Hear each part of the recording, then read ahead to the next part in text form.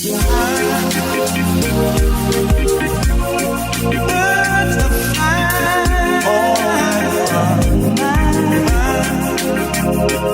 out. Hey, podcast listening people, as always, very grateful, humbled, excited that you're here listening in. Do us this small favor. Before you leave today, don't forget to subscribe to the podcast, leave a review, and give us a shout on social media too, wherever you're hanging out. We'd love to hear from you guys. And please share with your friends, share with your colleagues, your coworkers, your family members, people that you feel could be massively benefited by this information, because we're here to bring you the top insights, information, resources, tools, tips, and tricks of the trade from the powerful leadership entrepreneur community that we have here in the Mile High City and Colorado in general. And I have an incredible podcast for you today. I'm so humbled. I'm so freaking excited to introduce you guys to John the Man G. Miller, who wrote the best-selling book, The Question Behind the Question, as well as Flipping the Switch, Unleash the Power of Personal Accountability. Outstanding. 47 Ways to Make Your Organization Exceptional, and is co-author of Raising Accountable Kids. And John is just a badass entrepreneur and just a really great, humble, genuine guy. It was like meeting a celebrity talking to him, because early in my career, when I had my first major leadership role, and I was training up a sales team, a group of salespeople to go out and set appointments in a window company. We were doing event marketing. We were doing door-to-door sales. And a manager of mine gave me John's book, The QBQ. Matter of fact, it was one of the very first personal development books that I have read, and really lit a fire within myself of personal accountability and self-development, and just continuing to improve my leadership skills and my own personal skills. And I know you guys are going to get lots of value from this. I hope you get even a fractional amount of value that I did. Lots of great golden nuggets. So be sure to listen in. Definitely one I've listened to already a couple times over. Now, before we get to this, real quick, if you're interested in collaborating with us, sponsoring the show, partnering up in one way or another, it's something we are absolutely open to. So do not forget, if you'd like to do that, send us an email, milehighmentors@gmail.com. Again, milehighmentors@gmail.com. And as always, wherever you see us hanging out on social media, you can just DM us there. If that's something you're interested in, we would love to collaborate with you guys. And before we get started, if you sell products and services business to business, you probably know that LinkedIn is the social media platform to be doing that, but most people just don't know how to use it effectively. It's a really convoluted social media platform. So our partners over at Active Blogs are putting on the webinar just for you. You can check it out, activeblogs.com/webinar. Again, activeblogs.com/webinar, and you can learn about the missing links to LinkedIn success. Okay, guys, without further ado, I am excited to bring to you John G. Miller to the Mile High Mentors podcast.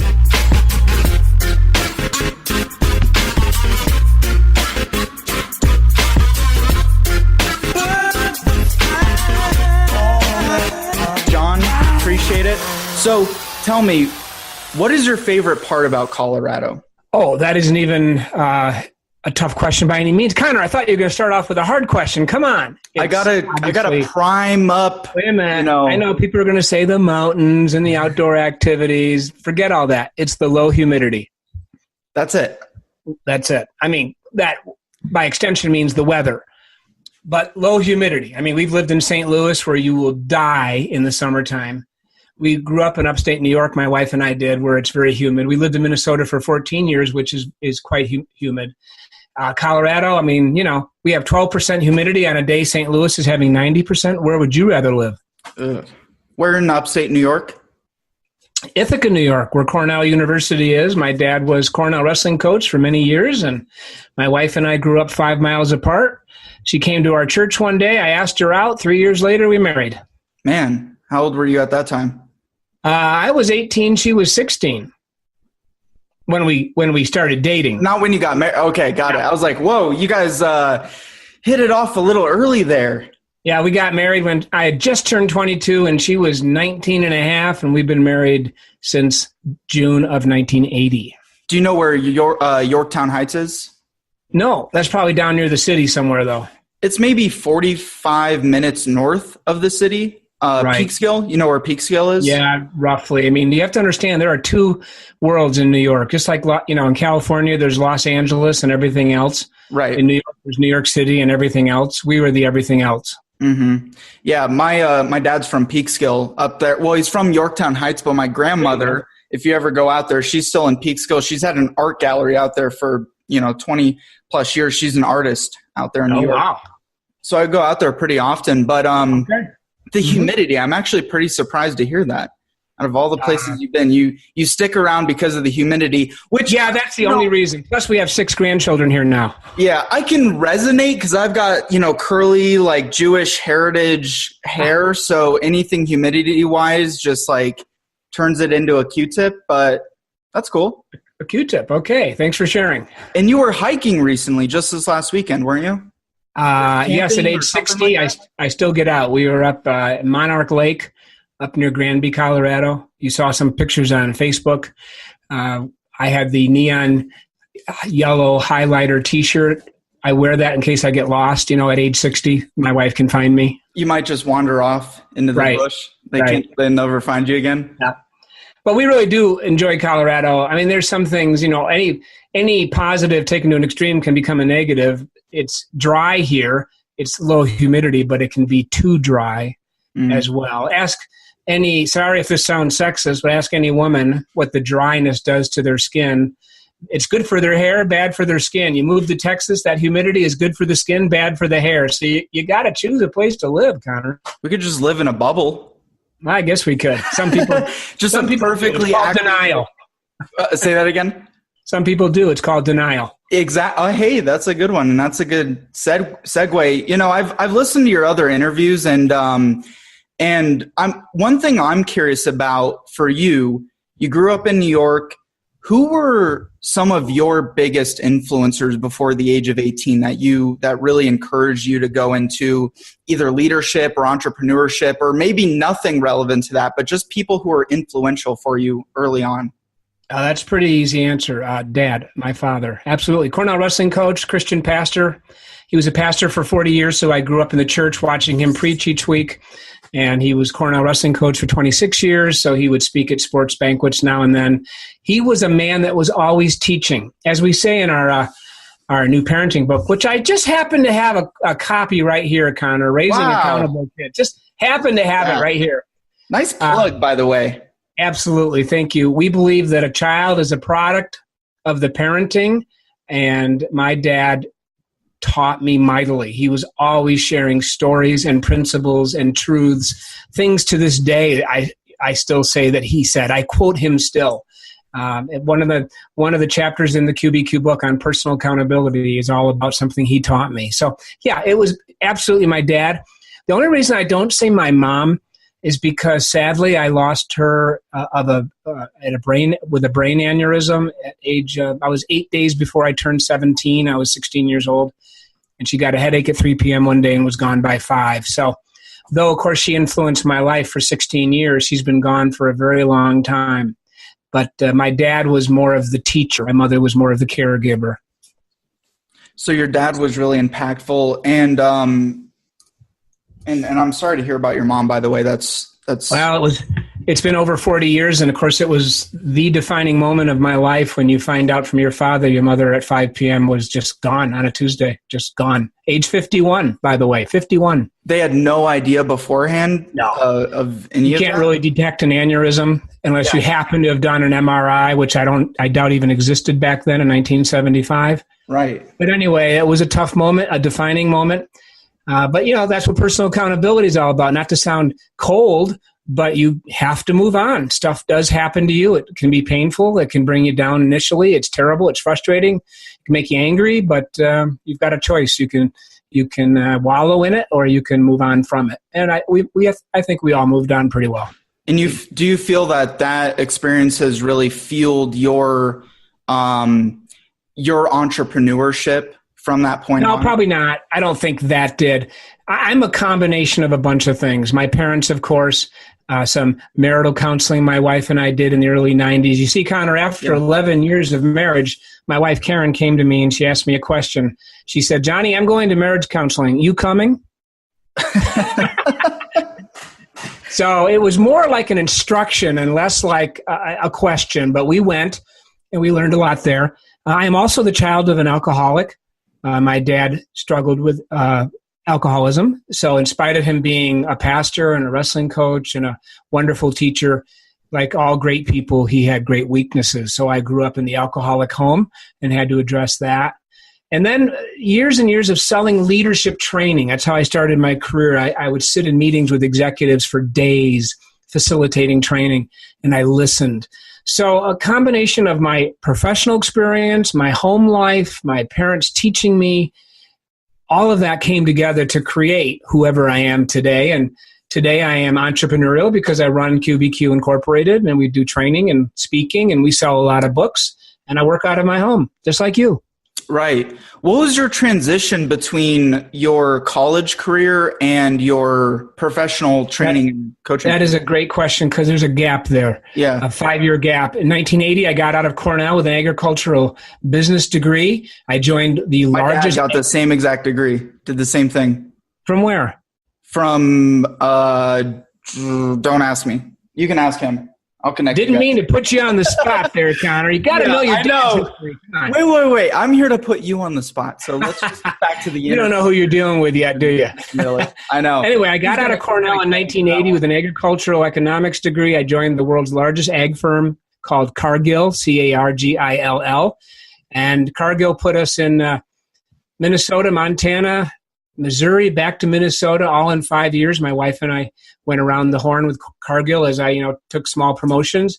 And after 5 years of being on the corporate merry-go-round, working 8 to 5, and pretty much being judged politically, if you know what I mean, instead of by my efforts, that's the way I felt.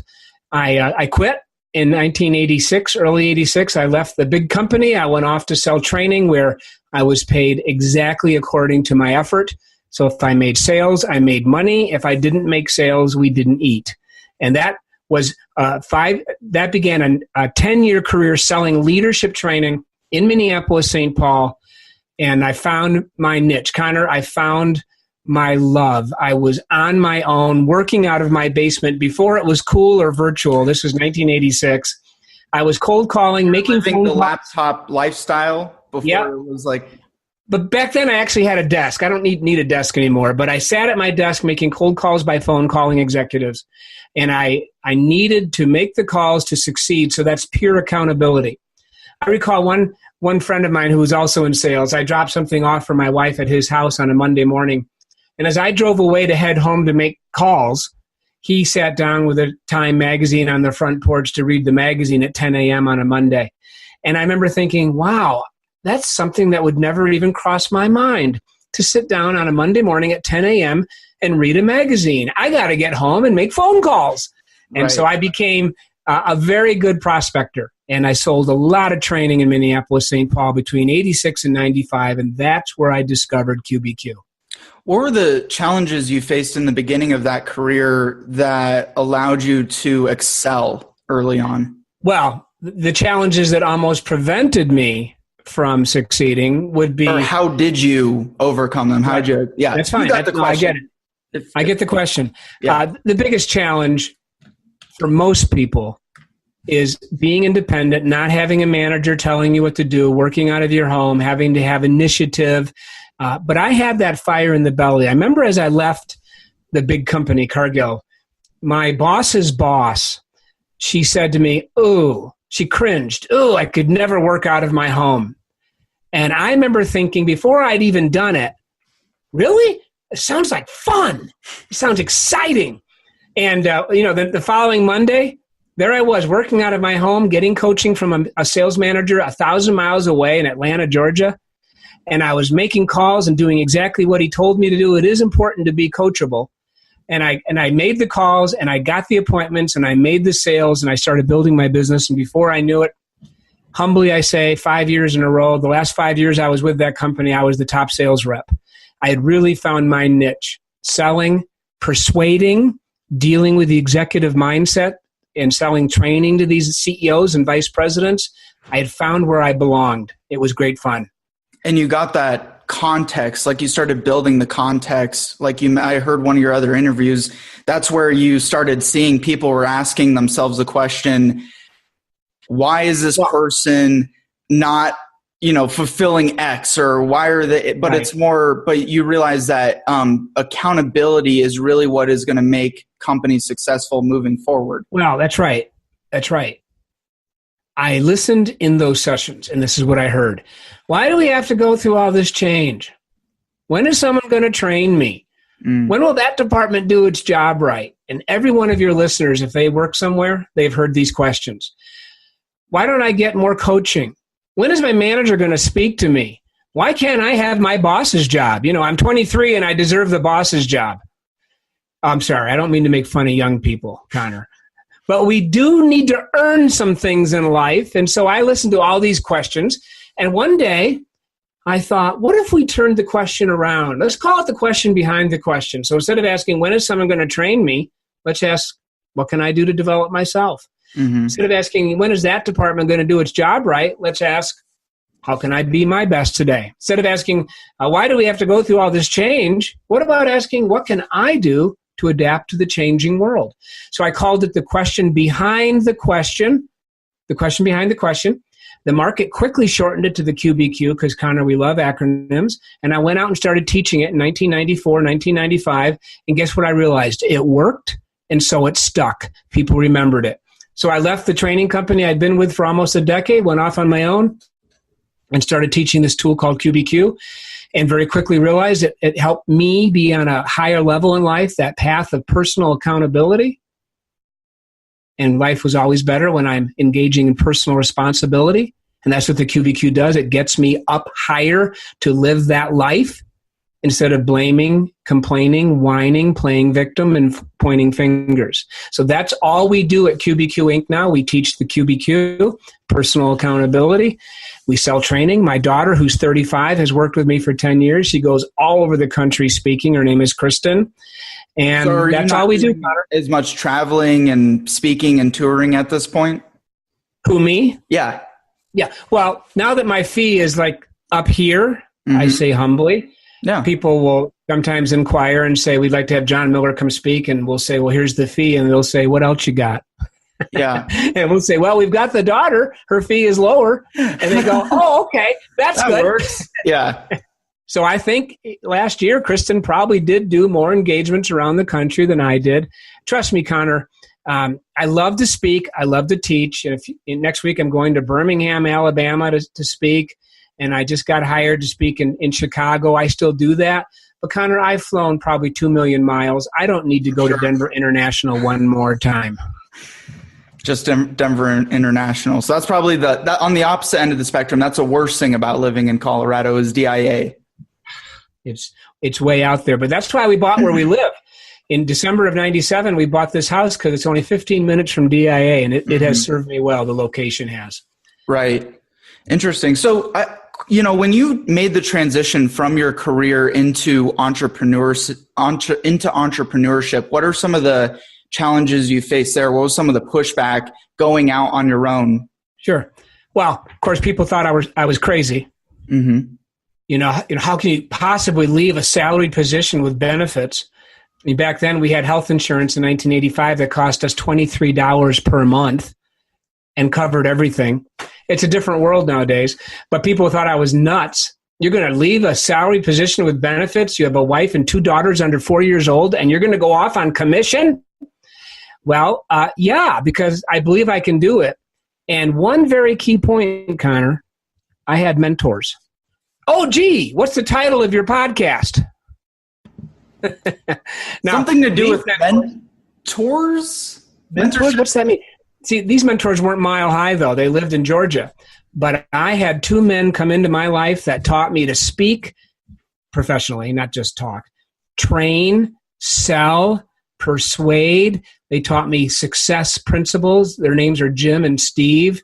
They're still with us today. Steve's in his 80s, Jim's in his 70s, I'm 60. But these are two men who I would not be standing here talking to you if they had not come into my life. So it is critical to have mentors, as you know, but also making that transition from the security of salaried life to entrepreneurship. To get through that gap, to get through that time frame, you really need someone to come along and support you. And I just happen to have two men who did. Yeah, you feel like the mentors really helped close that gap. Were they influential for you before you had already left the company, or you had sought out specific mentors after you had left the company? No, okay. Well, they say when the student is ready, the teacher appears. Yeah. When the student is ready, the teacher appears. And in late 85, when I was frustrated at age 27, sitting at a desk, working 8 to 5, hoping to get a raise if some VP liked me. That's what I meant by political earlier. Right. You better be liked or someone's not going to give you the 3% raise. A friend of mine said to me when I was frustrated, he had already left the big company. He said, why don't you get into sales?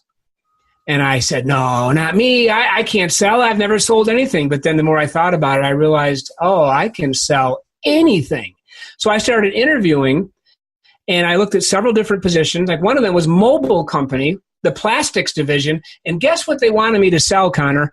This new exciting product in 1985. Guess what it was? Plastic grocery bags.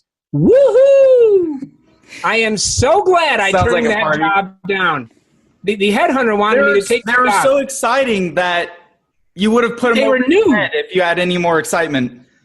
I couldn't believe it. No thanks, I said. And about the same time, I interviewed with a guy named Jim for selling training.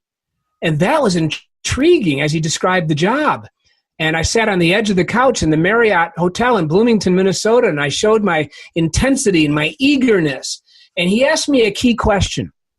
To this day, he will tell you this is why he hired me. He said, do you think you'll like cold calling? And I said, nope, but I'll do it. And that's when he hired me. And so he became a mentor. His boss became a mentor who was the owner of the training company. Mm-hmm. So I wasn't consciously seeking Jim and Steve, but when the student is ready, the mentor, the teacher appears, I was ripe to be developed, to grow, to be entrepreneurial. Didn't know it. I honestly did not know this, Connor. But the minute I got in with these two guys and started working on my own on a daily basis, doing the selling, making the sales, getting accolades and attaboys and the encouragement I didn't get at the big company, I was on fire. Life was great. So you didn't feel like when you were younger and your dad was an influence on you, you didn't feel like, did you envision where you would be today? Did you envision the life? No. Did you envision the entrepreneurship? Or you kind of pictured yourself more in that corporate 9-to-5 stereotypical role? The answer to that question is at 17 or 18, I don't think many people can really picture where they're going to end up. It'd be quite the visionary. I mean, you might at 17 say, I'm going to be a doctor. Mm-hmm. I'm going to be a brain surgeon and then become that. I think that's pretty rare. I came out of Cornell. I interviewed with 15 companies. Many of them asked me back. I signed on with the big company called Cargill. My mentor during college who gave me corporate guidance was my uncle because he had been with DuPont for 40 years. So my uncle actually guided me through the interviewing process, and he was the one I talked to the most. My dad was not a corporate guy, but I want you to hear this. My dad was a pastor and a wrestling coach and a politician, so he had a varied schedule. He worked evenings with meetings. He took 2 p.m. naps every day. All the years I was growing up, he did not work 8 to 5. Mm-hmm. So it was only later in life I realized I had emulated my father by having a schedule that I could create. I could choose my schedule. It wasn't 8 to 5. But my dad wasn't that classic entrepreneur, self-employed. He was still paid by a church, paid by the county government, paid by Cornell. But I did not grow up in the 8 to 5 home. My Uncle Peter, who worked for DuPont, was an 8 to 5 guy. He guided me through the college interviewing process. So I went out into the world. I started corporate 8 to 5. And within 3 months, my wife can look back at a journal she used to keep in 1980. And of course, she calls me Johnny. And she can see where it said, 3 months into the career, she said, Johnny is bored to tears. 8 to 5. And then I stayed there 5 more years. Then I left. Then I found heaven on earth for me. That's interesting how I set my own schedule every day. Pardon? Yeah, your dad had such a kind of a flexible schedule that when you found yourself in that position, it made you uncomfortable. I was very uncomfortable. In fact, during Cornell, I worked very interesting jobs. See, my friends were flipping burgers. You know what I was doing? Coaching the middle school wrestling team. Mm-hmm. I got that job. Coaching the youth bureau wrestling team in the evenings. And I worked at a nursing home and mowing lawns. But the biggest unique job I had, I worked at a funeral home for 4 years, all through Cornell, on call. And people don't die 8 to 5. They pass away at 2 in the morning at a nursing home. So at 2 in the morning, 2 in the morning, I'd get phone calls from the funeral home's owner. And she'd say, MJ will be picking you up. We have a call. And so we'd go out. What were you actually doing in the nursing home? Pardon me? What were you actually doing in the nursing home? In the funeral home. What were you actually doing? Oh, you don't want those details. No, I drove the hearse with the customer. With the customer in the back. There was very little chatting. There was no conversation whatsoever. I picked up the bereaved family in the 1976 silver Please tell Cadillac. me that's the first time you've used that joke. Yes, it is. For you, okay. Connor. Yes, perfect. And I also set up chairs, but forget all that. I helped in the embalming of human beings. I was the assistant, and that was the greatest thing I'd ever done, studying the human body, embalming the human body, being involved with the deceased. Here quickly. The funeral director, the mortician, the first time we had a call where I was going to go in and see a dead body, he said, now, John, I almost fainted the first time I ever did this. So if you have to step out of the room, don't be embarrassed. I said, okay, Bob. And we went in and I asked about 3 million questions and I loved it. So, hey, we're all different. But what this all means is even during college, I had a chaotic lifestyle with lots of different positions. Then I moved into that 8 to 5 job because I thought I should, hated it. 5 years later, I left that world, went back to being kind of, a life of chaos. That's what salespeople live with. Good salespeople are all over the map. Different schedule every day, calling on different customers, doing different things. To this day, I live that life, and I love it. That's awesome. So, and it's apparent that you're still extremely passionate about what you're doing. Oh, no, I'm very bored with life, and I hate what I do. Well, maybe we should put you back into a funeral home. A nursing home? We can spike things up again. You want to put me in a nursing home? I'm only 60, Connor. I know that's not a nursing home. Excuse the mix-up. Funeral home. Yeah, it's one step past the nursing home. Yes, and I don't mean literally put you in a funeral home. I mean like you can work in a funeral home again. That got pretty dark there for a second. Yeah. So I have a question. When you started building out the QBQ business, did you write the book and promote the book as a means to build the main business, or did you build the main business as a means to promote the book and get more reach? Good question. Nothing ever works that smoothly. In 1995, I said one day, I am a speaker. And I left my mentors selling training. And there's a difference in the marketplace between training and speaking. A keynote speaker often will fly in, like a few months ago, I spoke for the 600 owners of True Value stores in Chicago. I literally walked on the stage at 10 a.m. I spoke for 1 hour. They laughed. They cried. They paid me. I left 1 hour later. That's what I love to do. That's what a keynote speaker does. People who sell training or a trainer might be with a group for a day or 2 days or 3 days. I wanted to be that in and out speaker. Couldn't wait to do it. And that's what I started doing in 1995, 1996. But here's the key, Connor. I was teaching a lot of stuff. 7 steps to leadership. 9 ways to build trust, whatever, 6 key attributes of a person with a good attitude. And I was teaching this QBQ thing. Consistently, what I found out in that first few months or that first year, people would say, I love the QBQ. See, they didn't remember anything else I talked about, but they remembered the QBQ. It stuck with them, like I said earlier. So by 1997, I had decided this is all I'm teaching, personal accountability and the QBQ. And I landed some big positions, like I spoke with Lou Holtz, the famous football coach from Notre Dame. I spoke with Joe Theismann, the quarterback from the Redskins in the 80s. Your older listeners will remember these names. I spoke one time with Terry Bradshaw. Now talk about chaos. Terry Bradshaw, the Steelers quarterback. So I landed some big positions in speaking, and my career was taking off. By 1998, State Farm had found me and some other big companies like Merck Pharmaceutical, and I was going all over the country speaking for these 2 fine organizations and others. And one day at State Farm, during a break, 2 people ran up to me in Charlottesville, Virginia, and they said, you have got to put this into a book. This is great stuff. So that was 1998. And I said, yeah, I know, but I'm not really an author. I'm not a writer, but I know I've got to. So a few months later, we did it. We came out with our first book called Personal Accountability. That was the title. You can still buy a copy on Amazon. 300 pages, everything I knew. But then the Who Moved My Cheese phenomenon hit a couple years later, and everybody wanted a book they could read in 25 minutes. Mm-hmm. So we took the original Personal Accountability book, we shortened it down to, this book now, QBQ, which most people can read in 60 to 75 minutes, and that's when it took off.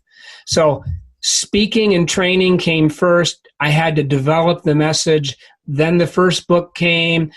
It was profitable, self-published, but it wasn't short like Who Moved My Cheese, so we had to shorten it. Then QBQ came out, and then, whoa, everything took off from there. So you started... So wait a minute. So see how messy it is? Right. Life is messy. Right. It's very few people say at point A, I'm going to go to point Z. Right, and you didn't have the direct QBQ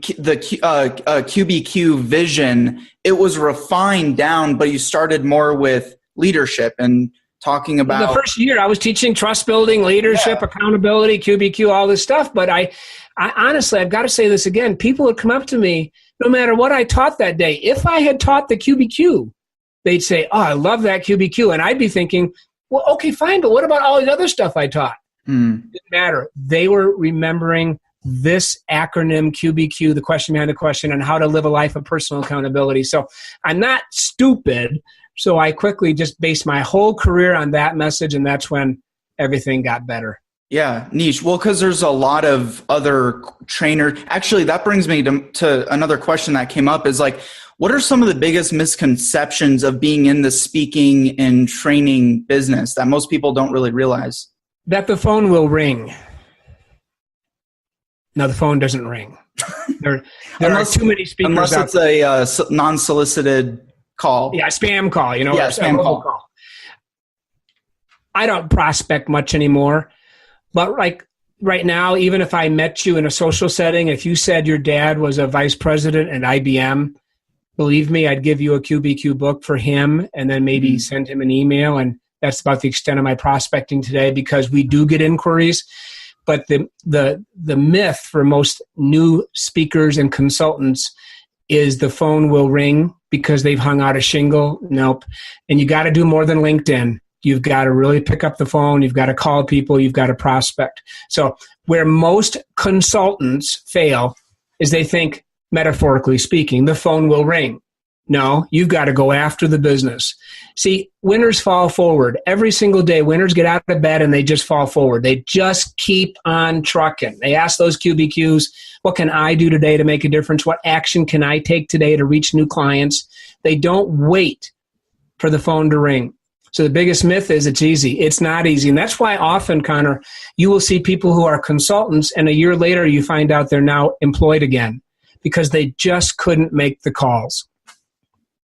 So it's really the outreach and action. I mean, you talk about taking action, even imperfect action, and you literally lived that life. You stepped out of a comfy, cushy corporate career and started taking action on what you felt was what you're passionate about, and you ended up refining it to this really well-known book and this really well-known entity today. So it's really interesting. You've lived that. Yes, and your alliteration is great. Comfy, cushy corporate career. I love that, Connor. Right? And Connor says comfy, corporate, cushy career. Good for you, Connor. Maybe I should write a Dr. Seuss book if that's going to be my first book. Well, I am writing my first book, so definitely something. Go for it. Yeah, I'm very excited. So you, at this phase in your career, a lot of people look up to the QBQ. A lot of people look up to you. What are the resources you're looking at? Who do you research? Who are your current mentors, whether direct or indirect? Sure.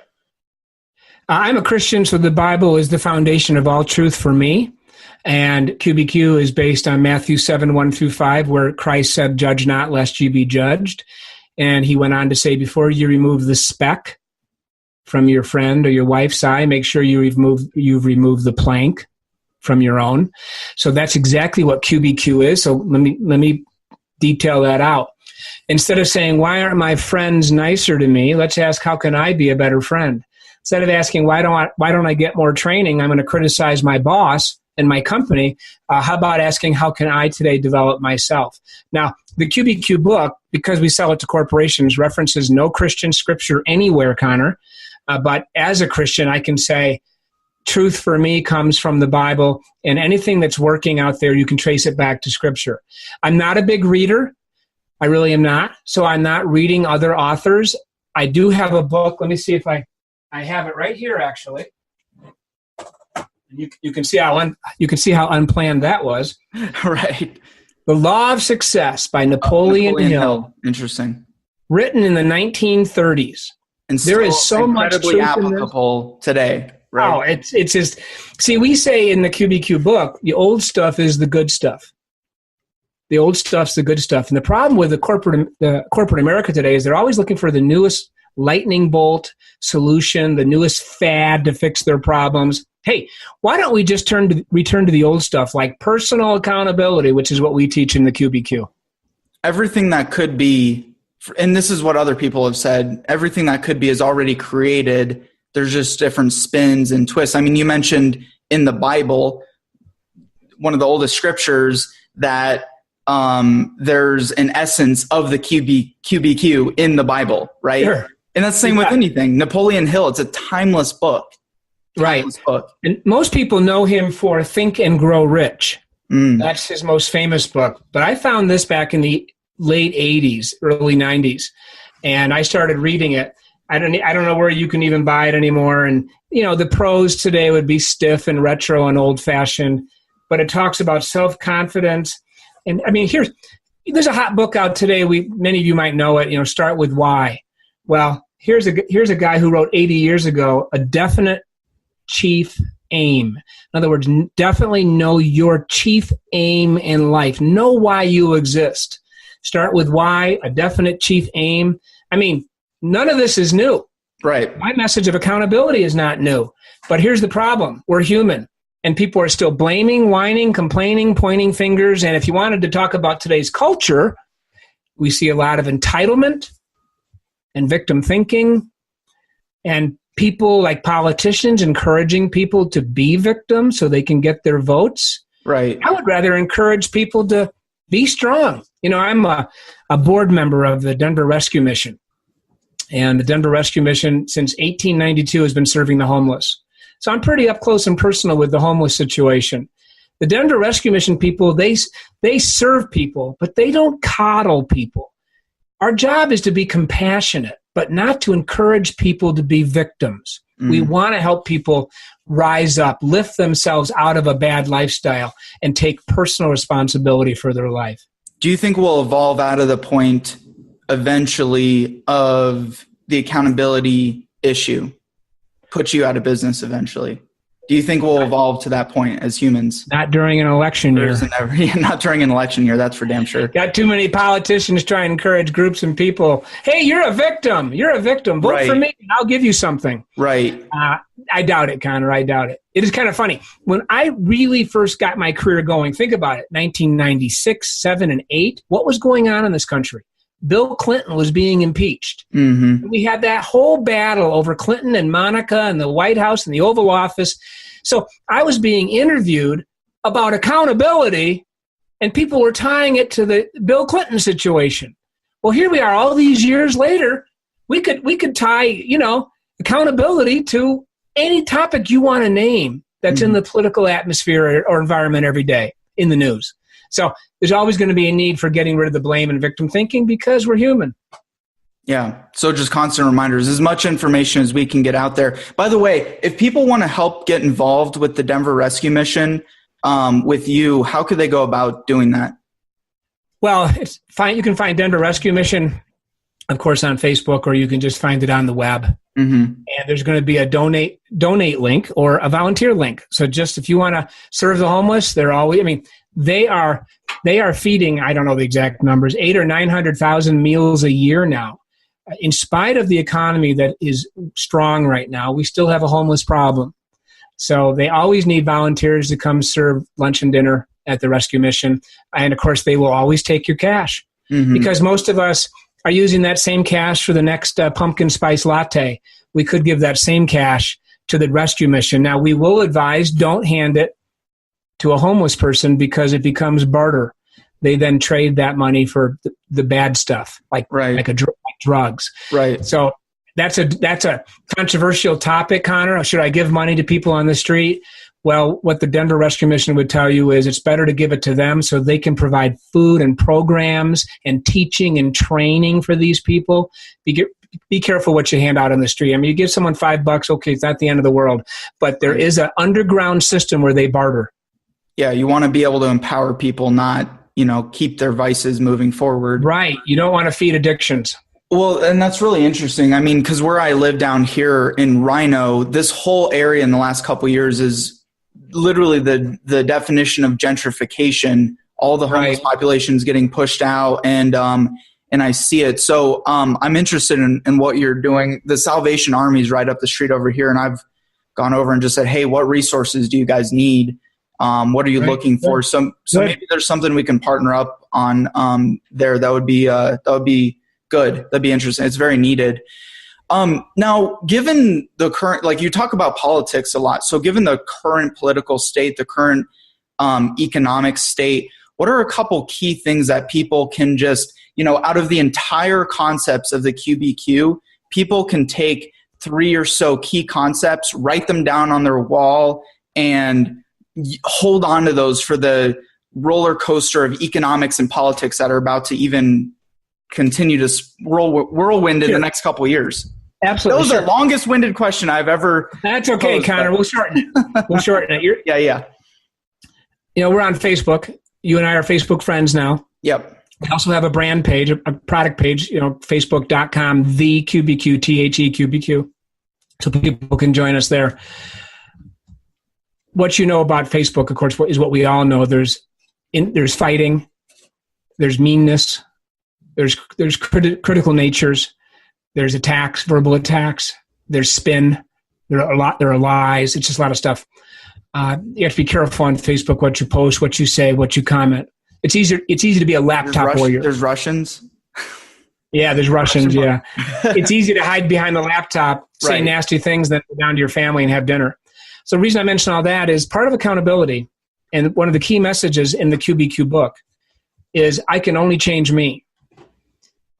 Sometimes people will ask, what's the number one takeaway from QBQ? Whether they've heard John or Kristen speak or the training program we license to clients or the books. And it is this: I can only change me. So I think the more we learn to let go of stuff we can't control and ask, what have I done lately to make a difference? So let's pick the immigration battle. You've got people fighting about immigration on Facebook. I would say the more important question is there someone near me that I could go support and help? Could I donate my time to a nonprofit and really, where the rubber meets the road, help another human being instead of arguing over immigration laws that we can't change? Only Congress can change. So maybe we should put away the swords and stop fighting sometimes and just pause and say, well, what can I do today to contribute? That's personal accountability. Why? Because I can only change me anyway. It's interesting how controversial that is today, and even in today's political landscape, and even in just talking with peers a lot of the time, that not only just personal accountability, but also your wealth and also your health. Like the concept of you got to put your oxygen mask on before you put the oxygen mask on of the person next to you so that you are not incapacitated, right? Right. It's the same thing where how can you effectively help a lot of people at scale if you're not even able to help yourself at scale, whether it is financially or spiritually or with your health. I know so many friends and people that stress and are very drained emotionally because they're trying to help everyone else around them. Well, they're not even helping themselves. Right. Or they're complaining about people not helping everybody else around them, meaning we're very judgmental. So if only those Republicans weren't so mean, if only the Democrats would stop giving away free stuff. I mean, let's just drop some of that. And on this day, John Miller can say, well, I do have political views, but what have I done today to serve humankind? What have I done to help people? How can I contribute today? I mean, just think if Facebook closed down and all those people went off to serve at a nonprofit today and feed the homeless, we wouldn't have a problem in the country like we have now. And I'm not blaming social media, because all social media has done is bring out our human nature. The angst, the anger, the infighting, the lies, the spin, the attacks. It's just really phenomenal. My page, which you've just joined recently, the John Miller page, has actually has come to be known as a page where people can come and have dialogue.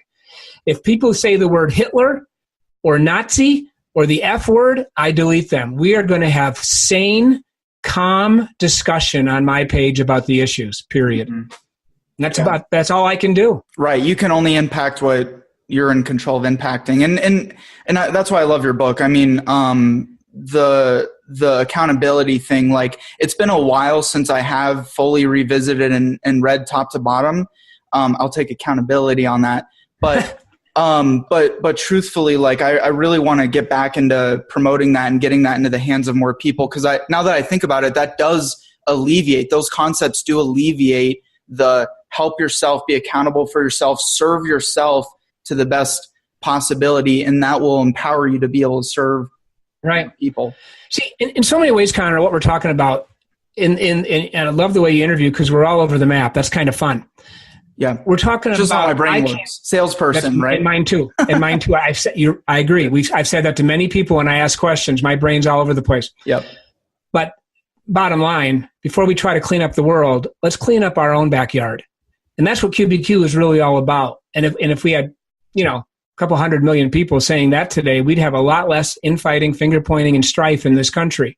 But there again, I can't change anybody else. So, as we probably begin to close this interview, I want to focus on what QBQ is all about, and that is personal accountability, and stop blaming and whining and complaining about friends or family or my employer or my colleagues or my staff if I'm a manager. You see, a good manager never asks the lousy question, why can't I find good people?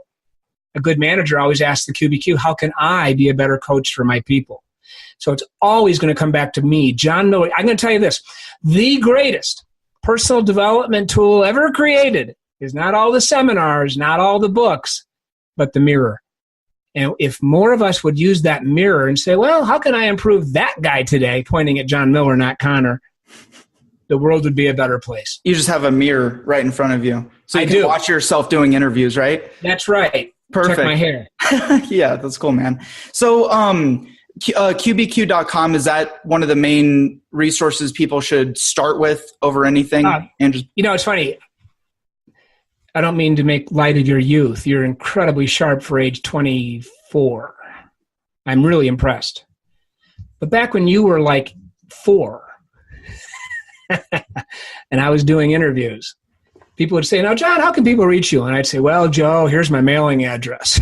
I think we should go back to it. I think you should share your mailing address, and we'll see who will actually show up. Mail you. Yeah.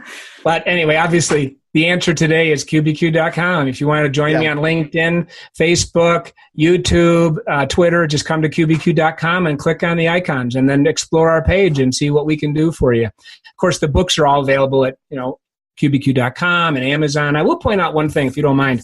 Please. We have a new product, the QBQ workbook.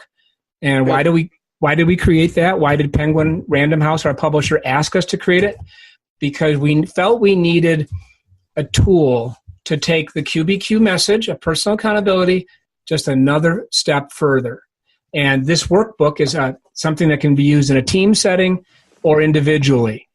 By working through the questions and the exercises, you can take QBQ, that message of accountability, one step further. Good stuff. And people can just get that on the website? Yeah, the website, I don't actually sell the workbook, but the website directs them to 5 different, online resellers like Amazon and BarnesandNoble.com and et cetera. Right. And if you're in Canada, Chapters and Indigo and all those places. And I haven't checked, but where I usually start with most books, because I have to consume things 3, 4, 5 times before I retain them. That's just my learning style. Mm-hmm. Do you have the audiobooks out for QBQ? I haven't even checked yet. Yes. You do? Yes. Okay, good. Yep. Good. And also, the companion book to QBQ, some people would call it a sequel. We call it the companion book, Flipping the Switch. It's a great book. Yep. Thank you. And then this book, Outstanding, 47 Ways to Make My Organization Exceptional. All of these books are on audio, read by yours truly. Do you have a Yeti mic? Is that what that is? I do have a Yeti mic here. Don't you? Looks do. Like you do. Yeah. I love the Yeti mic. It's a good mic. 2 entrepreneurs with the same mic. How impressive. Well, I got this pop filter recently, which I really I should have one too. Really enjoy. I know. Sorry to spit into your ear there. And just get a little bit of extra feeling of John while you're doing the interview. Thank you very much. I really appreciate this, man. And like also this podcast, just to give a little plug here, the Mile High Mentors, there's a lot of podcasts out there, right? There's a lot of information. And so it goes back to, I really truly believe the best way to change the world is to start local, which is why I wanted to do this podcast. I could have gone and interviewed anybody in the world, but I wanted people who I can interview you, and you're just right up the street from here. You're 15 minutes away, and our audience can really connect with the guests on a deeper level. And so that just goes back to also accountability and looking within yourself. So this has been great. We're going to have to do it again sometime if you're open for that, John. Really appreciate it. Guys, go check out QBQ.com, and don't forget to subscribe, leave a review while you're here, and appreciate you guys as always.